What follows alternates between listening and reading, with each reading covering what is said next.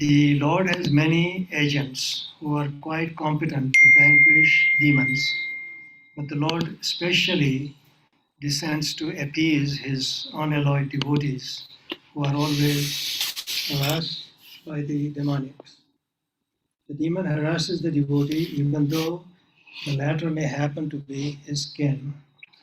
So here it is said that um, Krishna descends from the spiritual world to appease his devotees, not necessarily to vanquish the demons, because he can always send someone to kill them. It's not necessary that he comes himself.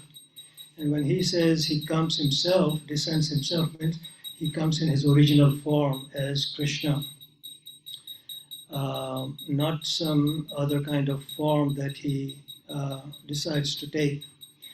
And why does he come? Because he wants to appease his unalloyed devotees. And why? How can we understand that?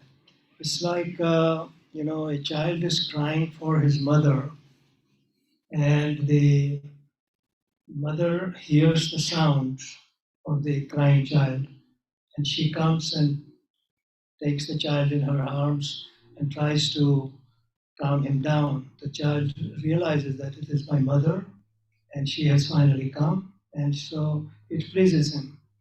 Then she asks about why were you crying? What is the problem? And so the first thing is that you want to appease the child, and that's what Krishna does. He first appeases the devotees, and then he then finds out what the problem is. And so the appearance says to deliver the pious and then annihilate the miscreants. So first thing is to deliver the pious. So here Prabhupada is talking about the demon harasses the devotee even though the latter may happen to be his kin. And the famous example is of Prahlad Maharaj in Srimad Bhagavatam. He was the son of Hiranyakashipu. He was nonetheless persecuted by his father, although Devaki, the mother of Kansa, Krishna, was the sister of Kansa. She and her husband, Vasudeva, were persecuted only because Krishna was to be born of them. So there were reasons why these things happen. So Lord Krishna appeared primarily to deliver Devaki rather than kill Kansa.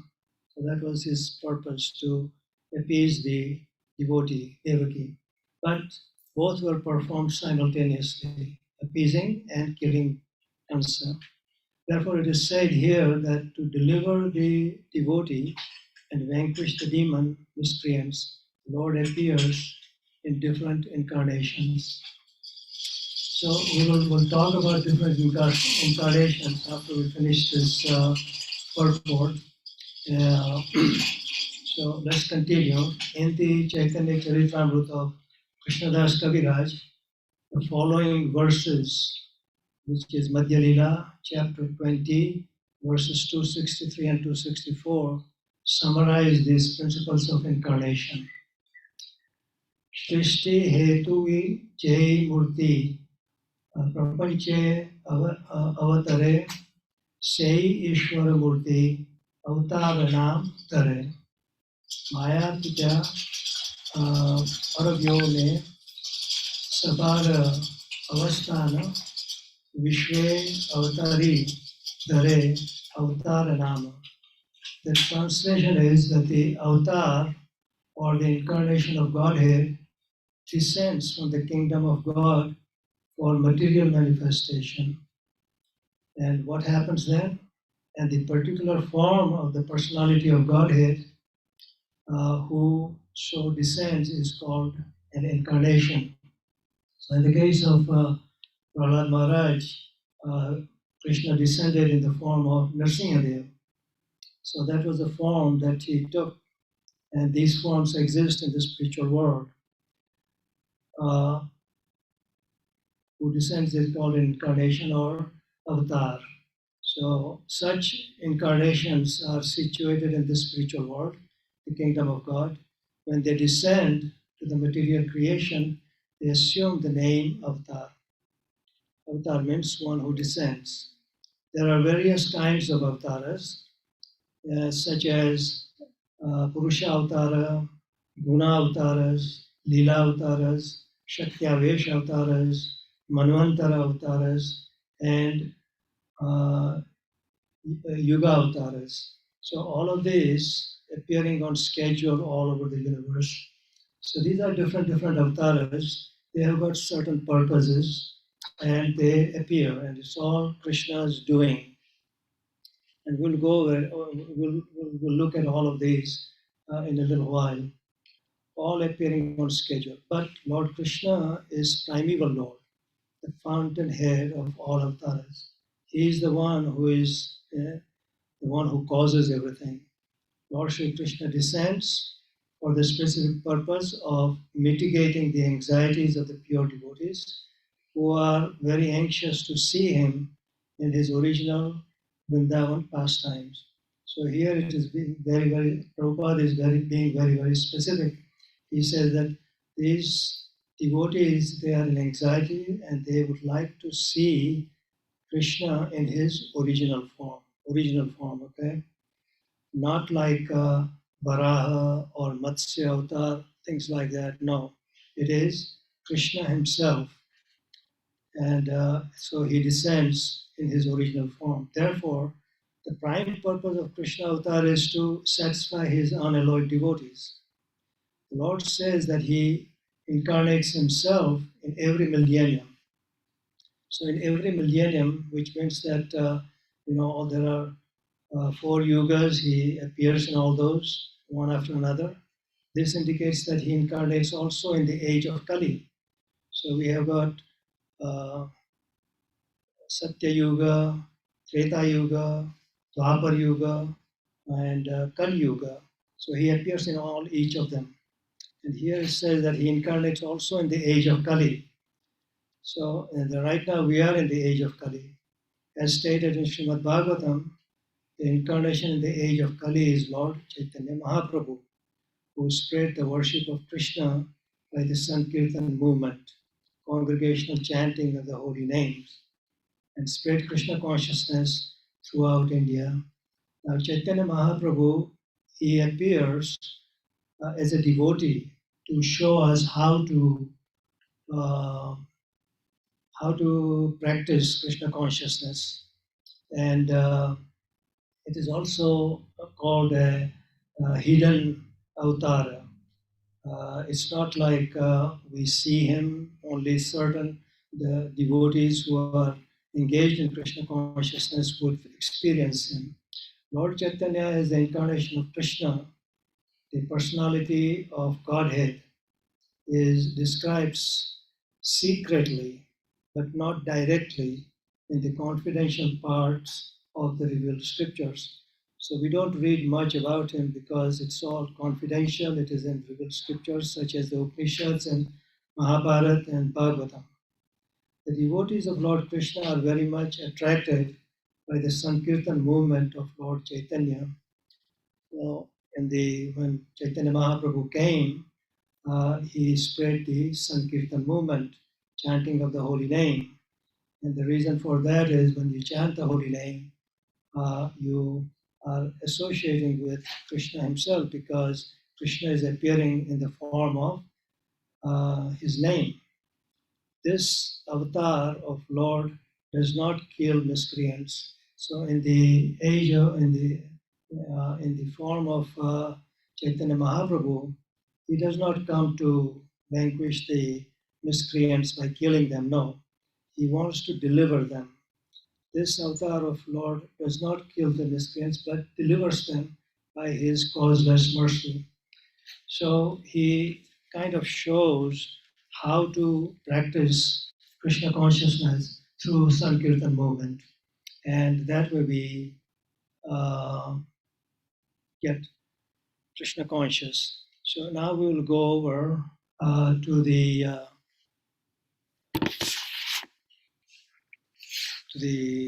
different avatars, and there I have it on the TV screen for which we'll go to the verse from Bhagavad Gita, chapter 8, verse 17. It says that Sahasra Yuga Paryantam Aharya Yad Brahmano Viduhu. Is it on?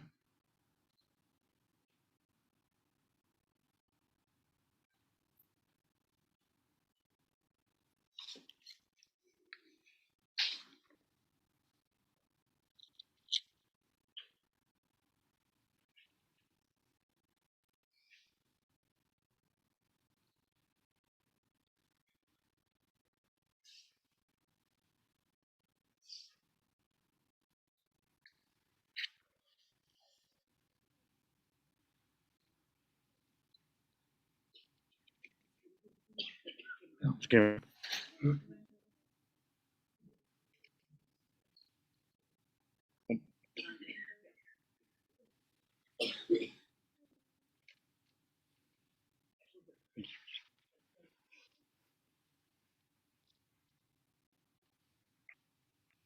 Is it on? Okay. So this is I took this verse from Bhagavad Gita, chapter 8, verse 17, and there is described about the time frame that we are talking about. This is the time frame of Lord Brahma. So here it says that Sahasra Yuga Paryantam Aharyat Brahmano Viduhu Ratrim Yuga Sahasrantam Deho Ratra Vido Janaha. The meaning is that by human calculation, 1,000 ages taken together form the duration of Brahma's one day, and such also is the duration of his night. So today's topic is in one single day of Brahma, how many avatars take place. So and for that, we want to know how the one day of Brahma, how long is it? So it says that the duration of the material universe is limited, which means that at some point the material universe is going to be destroyed. It is manifested in cycles of kalpas. What is a kalpa? A kalpa is a day of Brahma. And one day of Brahma consists of 1,000 cycles of 4 yugas. That's what this verse says. 1,000 cycles, 4 yugas or ages. So Satya Yuga, Treta Yuga, Dwapara Yuga, and Kalyuga. These are the 4 yugas. The cycle of Satya is characterized. And what is the character of Satya Yuga? This is by virtue. People are virtuous, wisdom, and religion. Very good yuga. There being practically no ignorance and vice. And the yuga lasts 1,728,000 years. So that is the duration of the Satya Yuga, 1,728,000 years. In the Treta Yuga, now slowly and gradually vice comes in, creeps in. Vice is introduced, and this yuga lasts 1,296,000 years. In the Dwapar Yuga, there is an even greater decline in virtue and religion. Vice increasing, and this yuga lasts 64,000 years. And then finally, we have Kalyuga, the yuga we have now been experiencing over the past 5,000 years. We find every day we have hypocrisy, quarrel, people are not friendly. All these things happen because of the Kalyuga. And we have been experiencing ever since Krishna left at the end of Dwapar Yuga, 5,000 years ago. So there is an abundance of strife, ignorance, irreligion, and vice. True virtue being practically non-existent. And this yuga lasts 432,000 years. So the Kalyuga is 432,000 years. And the other periods like the Satya Yuga, Treta Yuga, Dwapar Yuga, they are actually multiples of 432,000. So if you multiply 432 by 2, you get 864,000. If you multiply 432,000 by 3, then you get 1,296,000, and so on. So here in Kalyuga, vice increases to such a point that at the termination of the Yuga, the Supreme Lord himself appears as the Kalki avatar. So at the end of Kalyuga, there is an incarnation which is known as Kalki avatar. And what does he do? He vanquishes the demons, saves his devotees, and commences another Satya Yuga. Now that is his job. At the end of Kalyuga, to end the Kalyuga, remove the demons, and then save the devotees. Now I have shown here what a term called Divya Yuga, where it is a whole period between from Satya, Treta, Dwapar to Kali. That is one Divya Yuga. If you add those numbers up, then it comes out to be 4,320,000,000 solar years. And that is one kalpa. One kalpa is that long, 4,320,000,000 years. And so we are going to talk about what all avatars take place within this one kalpa. Actually, this question was asked by Mohit to me one day as to Krishna appears in a kalpa. And then the question that he brought up was, well, what happens in other kalpas? And here, kalpa is defined as the time period of 1,000 Divya Yugas, 4,320,000,000 solar years. So it's not that he comes only one time. He comes only one time in his original form. Okay? In his original form, he comes only one time in each Divya Yuga. So, in each kalpa. Now, the verse that we read, 8:17, talks about the night of Lord Brahma is also equal to 4,320,000 years. Now, nothing is happening during that time when Brahma is resting. It's only all these avatars take place during his daytime. So here, the representation of 24 hours of Brahma is 1,000 Divya Yuga of daytime and 1,000 Divya Yuga of nighttime. So altogether, the 24 hours of Brahma is 8,640,000,000 solar years. Very long time. Now we'll go to one kalpa. One kalpa, I have represented it by DY, that is Divya Yuga, and there are 1,000 Divya Yugas, and that represents one kalpa. Every yuga has an avatar. It's said that in Satya Yuga there is an avatar, Dwapar Yuga, Treta Yuga, Kalyuga, there are avatars. So there are 4 avatars in each of these Divya Yuga. So 1,000 Divya Yugas means 4,000 Yuga avatars. So here we have got Yuga avatars, and there are 4,000 of them. In what time period? One kalpa, 1 day of Brahma. Now 1 year of Brahma, there will be 360 times 4,000, which gives you 1,440,000 Yuga avatars. And in the whole life of Brahma, it is 144 million Yuga avatars. Now, besides the Yuga avatars, we also have what we call Manvantara avatars. Manvantaras, these are Manus, and there are 14 Manus in 1 day of Brahma.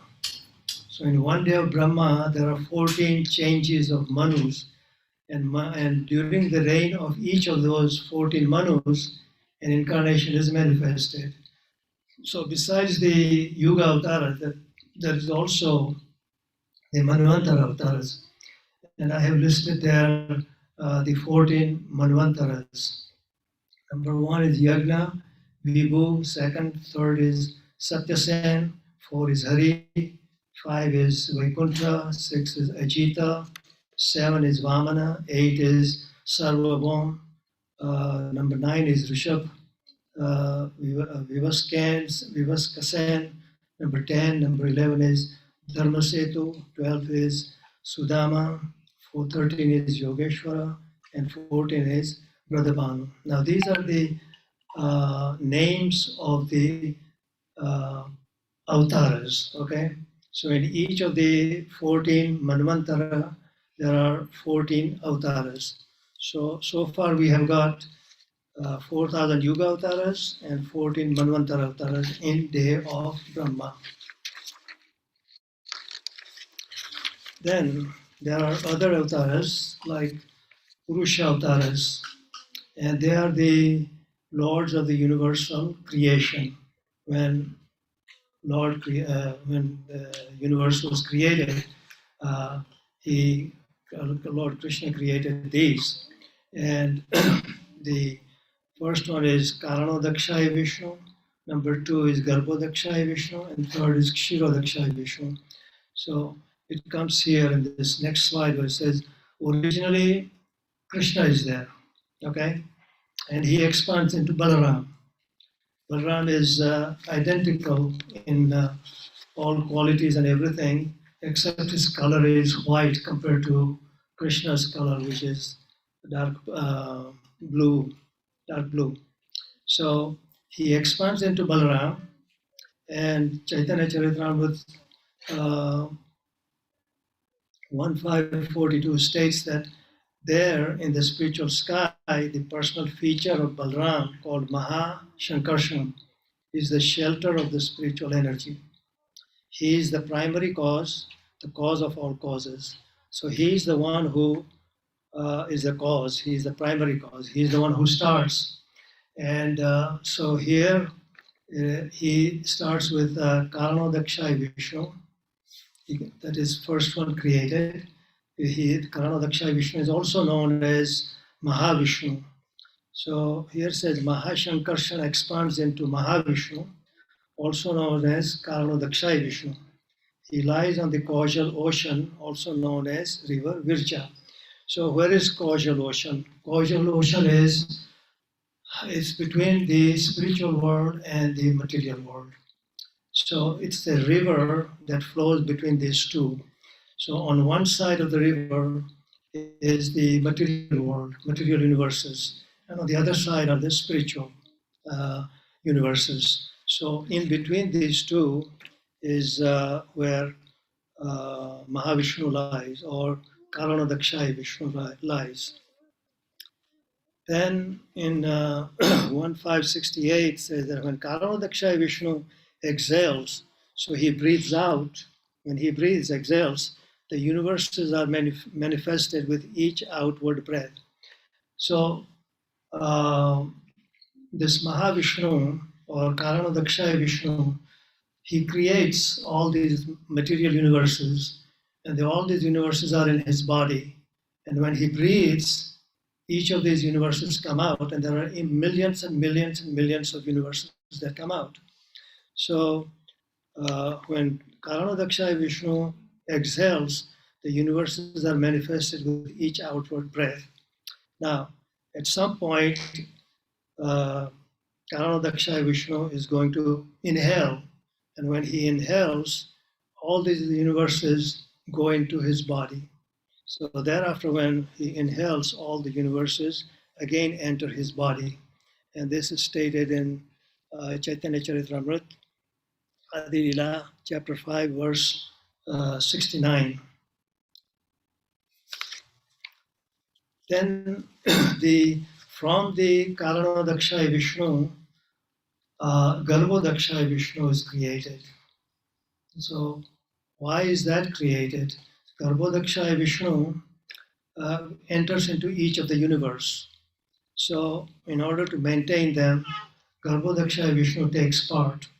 So Adi Lila chapter 5 verse 94, that after creating millions of universes, the first Purusha entered into each of them in a separate form as Sri Garbhodakshaya.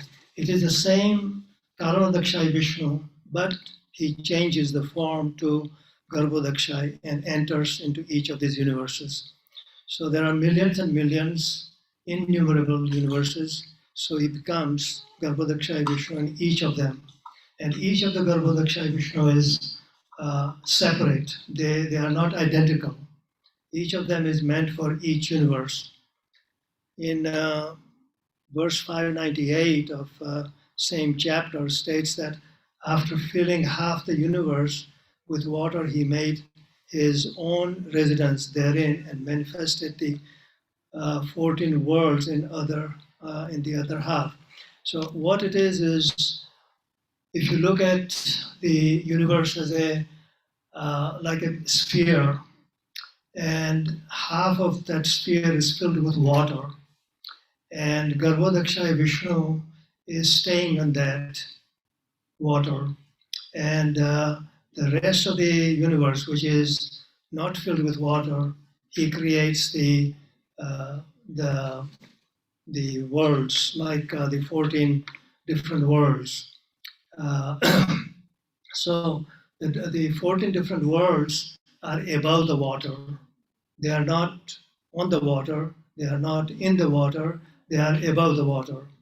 And whenever there is partial devastation taking place, then the worlds, not all of them, but the ones at the bottom, they get submerged in water, and so the residents are killed.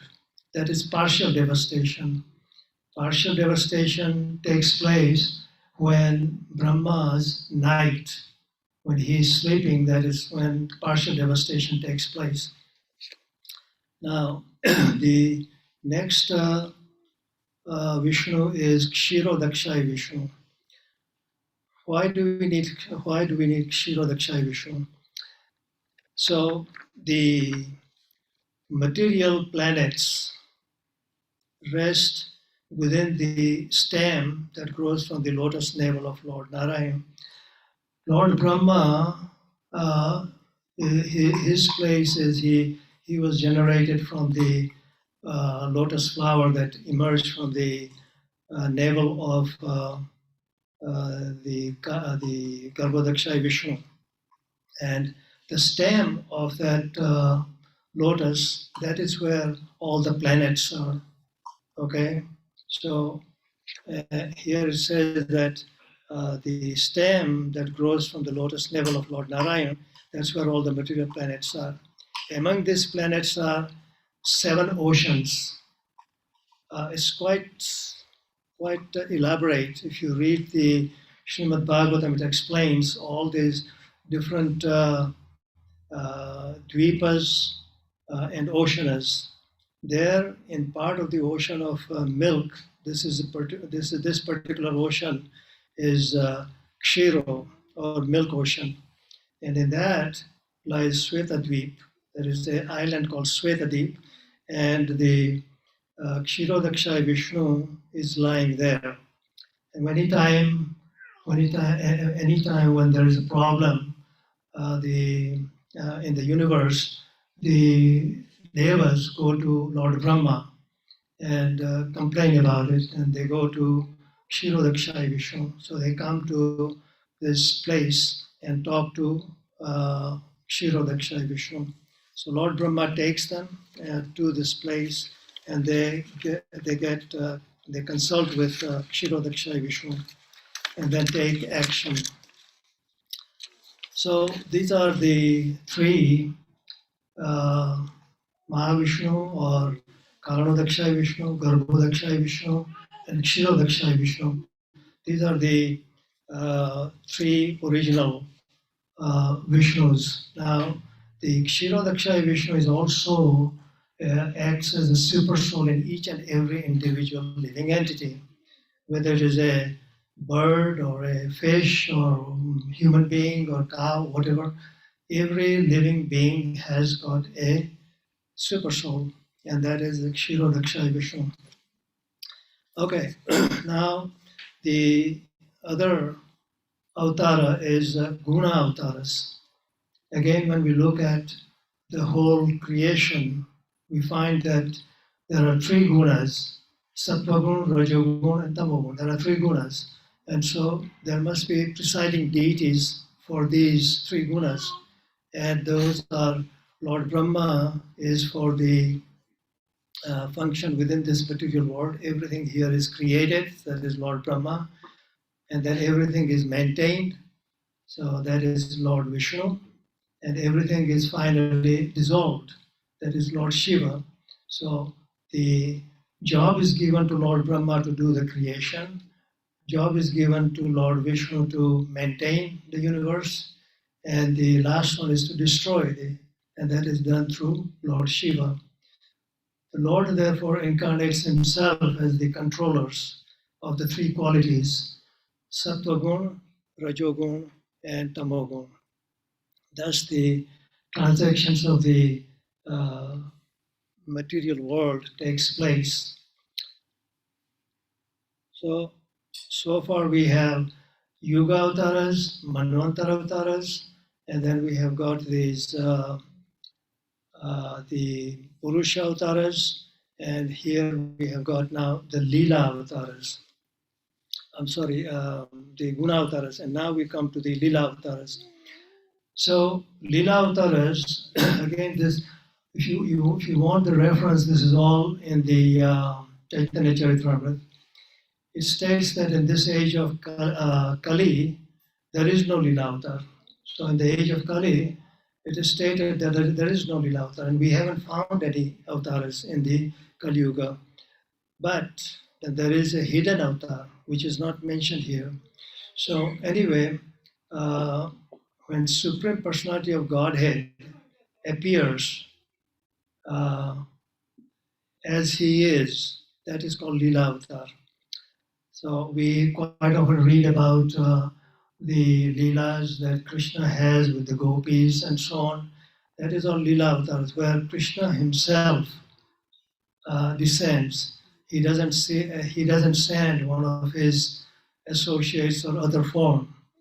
Some examples of Lila Avatar are Matsya Avatar, the fish incarnation, Kurma, the tortoise, Lord Ramachandra, Narsimhadev, Vamandev, and Vara. These are some of the Leela avatars, where pastime of Krishna in those forms. Sri Chaitanya Mahaprabhu, who appeared in the Kalyuga, he appeared 500 years ago, and he appeared in Kalyuga, is not mentioned as a Leela avatar. The reason being because he's an incarnation in disguise, Channa Avatara. So he is a disguised avatar, but he is a devotee avatar, Krishna taking the form of a devotee. And the last avatars are the Shaktya Vesh avatars. These are whenever the Lord is present in someone by portion of his various potencies. Here, Krishna has so many different potencies, and so the living entity representing the Lord is called a Shaktya Vesh avatar. So Krishna puts that kind of power or potency in that particular living being. That is an incarnation invested with special power. For example, Shaktya Vesh avatars are mentioned in Chaitanya Charitamrita, Madhya Lila, chapter 20, verse 371. The power of knowledge was invested in the four Kumaras, and the power of devotional service was invested in Narad. The power of creation was invested in Lord Brahma, and the power to carry innumerable planets was invested in Lord Ananta. Can you think of anyone else who has got Satya Vesh, who is Satya Vesh avatar? Anyone? Yes? Huh? Yes? Vyasdev? Anyone else? Prabhupada was Sakyavesh. He translated all this through Krishna. Krishna dictated and he wrote. Because Prabhupada never claims that I did it. No, he says that Krishna dictated and I wrote it. And so he was given that special power. So, Sakyavesh Avatar, we have got several of them. One of them was Vyasdev. Prabhupada is another. There are some others too. So, these are all the various avatars. And in conclusion, we have got in one day of Brahma, that is what we started out with. In one day of Brahma, in one universe, okay, not many, not all the universe, just in one universe only, there are 3 Purusha avatars. There are 4,000 Yuga avatars, 3 Guna avatars, and there are many Lila avatars, and then 14 Manvantara avatars, and then Sakyavesh avatar are also many. So when you add up all this, it may come out to be a number that you can remember if you count all of them. But here, Chaitanya Mahaprabhu tells Sanatana Goswami that there are unlimited number of incarnations or avatars, and no one can count them. We cannot count them. Why? Because the creation is unlimited number of universes, and in each universe, all these things place. All these avatars take place simultaneously, periodically, and so it's kind of hard to count them. It's an unlimited number. An unlimited number cannot be counted. So this is where we stop with the number of avatars in one day of Lord Brahma. If you have any questions, go ahead and ask. If you have any comments to make, please go ahead and make it. If I made any mistakes, please correct me. Thank you very much. Go ahead.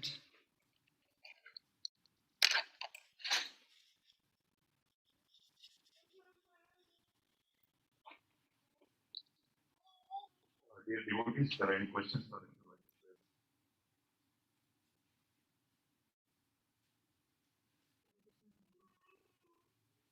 Hare Krishna. Hare Krishna. Thank you so much for such an informative class. One quick question. I think I missed the Guna avatars. Which ones are those? Prabhuji? 3 avatars. Those are Sattva Gun, Rajo Gun, Oh, and okay. yeah, those are And the 3. then- Okay. Yeah. Okay. And then Prabhuji, so you said that every small inhalation, right, at the end of the Brahma's day, Yes. when the some of the planets submerge in Yes. the water. Correct.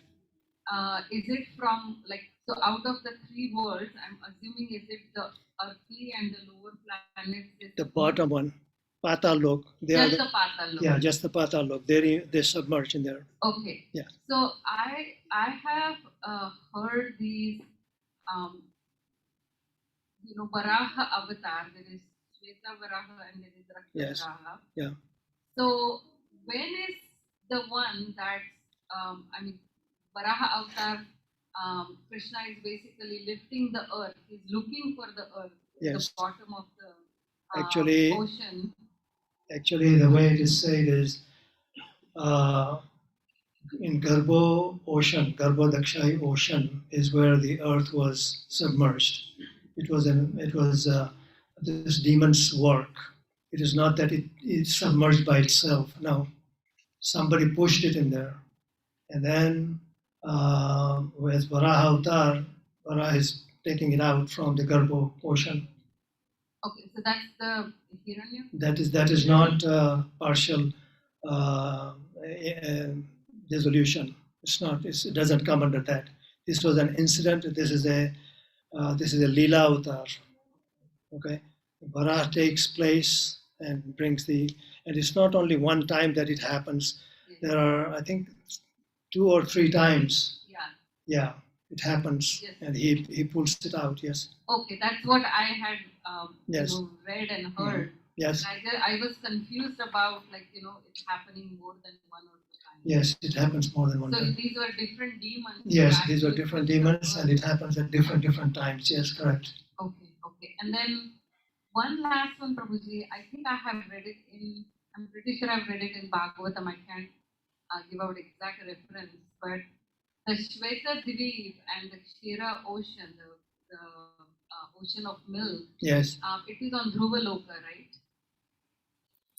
In Dhruvaloka? Yes, that is what I'm pretty sure I've heard it in, read it in Srimad Bhagavatam. I just wanted to what I read was that all these planets they are in the stem of the lotus on which Brahma is sitting. So the Kshira Ocean is mentioned that it is there. Now there may be several Kshira Oceans, I don't know. And what you have read in Bhagavatam also is true, but I haven't read that. Yes. Okay. Thank you, Prabhu. Sure. You're welcome. Thank you very much, Prabhu. Thank you for all these questions. It's very nice to clarify. Yes.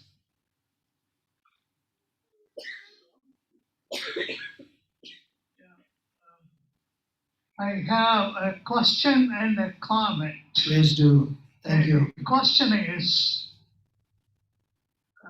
you started the verse 8, and one avatar, he comes to kill and destroy the miscreants. Yes. Miscreants, I understand this as some asuras. Yes. Demons or asuras, yeah. Yes. That is the object of that avatar. Then the next avatar, for example, Chaitanya Mahaprabhu, Yes. through Sankirtan, is giving deliverance for the miscreants. Asuras are delivered in one avatar. In another avatar, asuras are destroyed. Right. Is there a particular pattern to these avatars when it should come as destroying and when it should come as deliverance? Yes. Everything works like clockwork. So it's not like a haphazard way. No. At the end of each kalpa, another kalpa starts of Lord Brahma, and all these things are repeated. So Krishna comes in his original form, and you are mentioning about Chaitanya Mahaprabhu. It is a hidden avatar. The hidden avatar does not kill the miscreants, but he delivers them. So he does it through the Sankirtan movement. And he comes with his associates. They are like the weapons, but they are not real weapons. The associates are the ones who spread the Krishna consciousness, like Balaram comes as Nityananda Prabhu, and then there are others too. Now, among the miscreants that are mentioned who were delivered were Jagai and Madai. Jagai and Madai were there in Navadvip, and they were disturbing the pious devotees, and so they were converted into devotees through Sankirtan. It was not easy.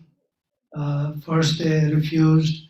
They hit Nityananda Prabhu in his head with a broken pot, and Chaitanya Mahaprabhu got very angry when he learned about it, and he immediately came to kill the two miscreants, Jagai and Madai.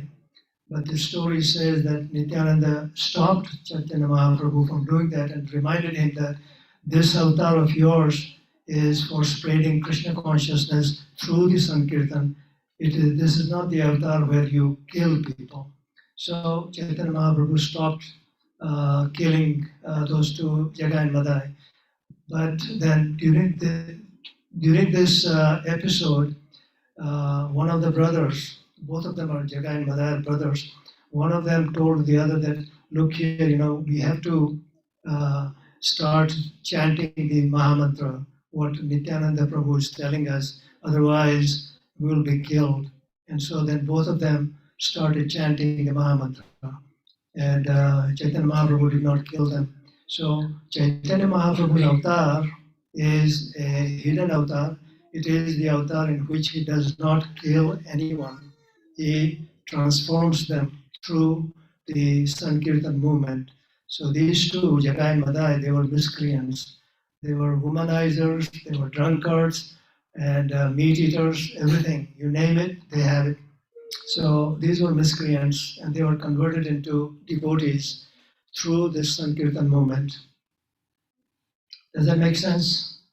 Yes, your description is correct. Okay. Those days of Muslims, and they were behaving in an erratic Yes, situation. They right. were even trying to manhandle people, hit them against Sankirtan. When Sankirtan was on the street, Yes, street bhajans. yes, That's well described. yes. The other comment is, after hearing from you, it's a complicated hierarchy and organization. You know, several Vishnus, Mahavishnus, and Yes, their function, their avatar coming at period of time, the time domain or yugas. It will be preferable in future if we can put up an organization chart mhm, or hierarchy. So that it's very clear for us to understand. Otherwise, if we go to the texting and then keep on, we are missing many things. If there is Yeah. an organization chart, right. then big television screen. It's a very good point. Yeah, with good confidence. Thank So you we'll be for. able to see it. Yeah, thank you. This is this talk was essentially for how many different avatars take place within one day of Brahma, because we most of the time when we read these scriptures, we don't relate to the time frame, and the time frame is one day of Brahma, and in one day of Brahma, innumerable incarnations take place, avatars take place. And your comment is well taken, and we should have a chart like that. Yes, thank you very much.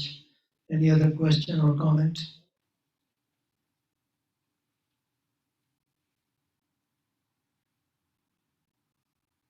Okay. Thank you all, devotees. Thank you very much, Vaikateshwar Balaji Prabhuji, for that wonderful, very elaborate and informative class. I do think that there is an org chart of all the avatars. We'll try to get that and printed it out. Thank you very much. Let's give a big round of applause for Vaikateshwar Balaji Prabhuji. Hare Krishna, dear devotees. The next part of the program is Harati, but before that, we have a few announcements to make. Let me make it quick. So, next Thursday is Ekadasi. Ekadasi, devotees, we fast from grains. It is fasting not only for the body, but also for the mind. We try to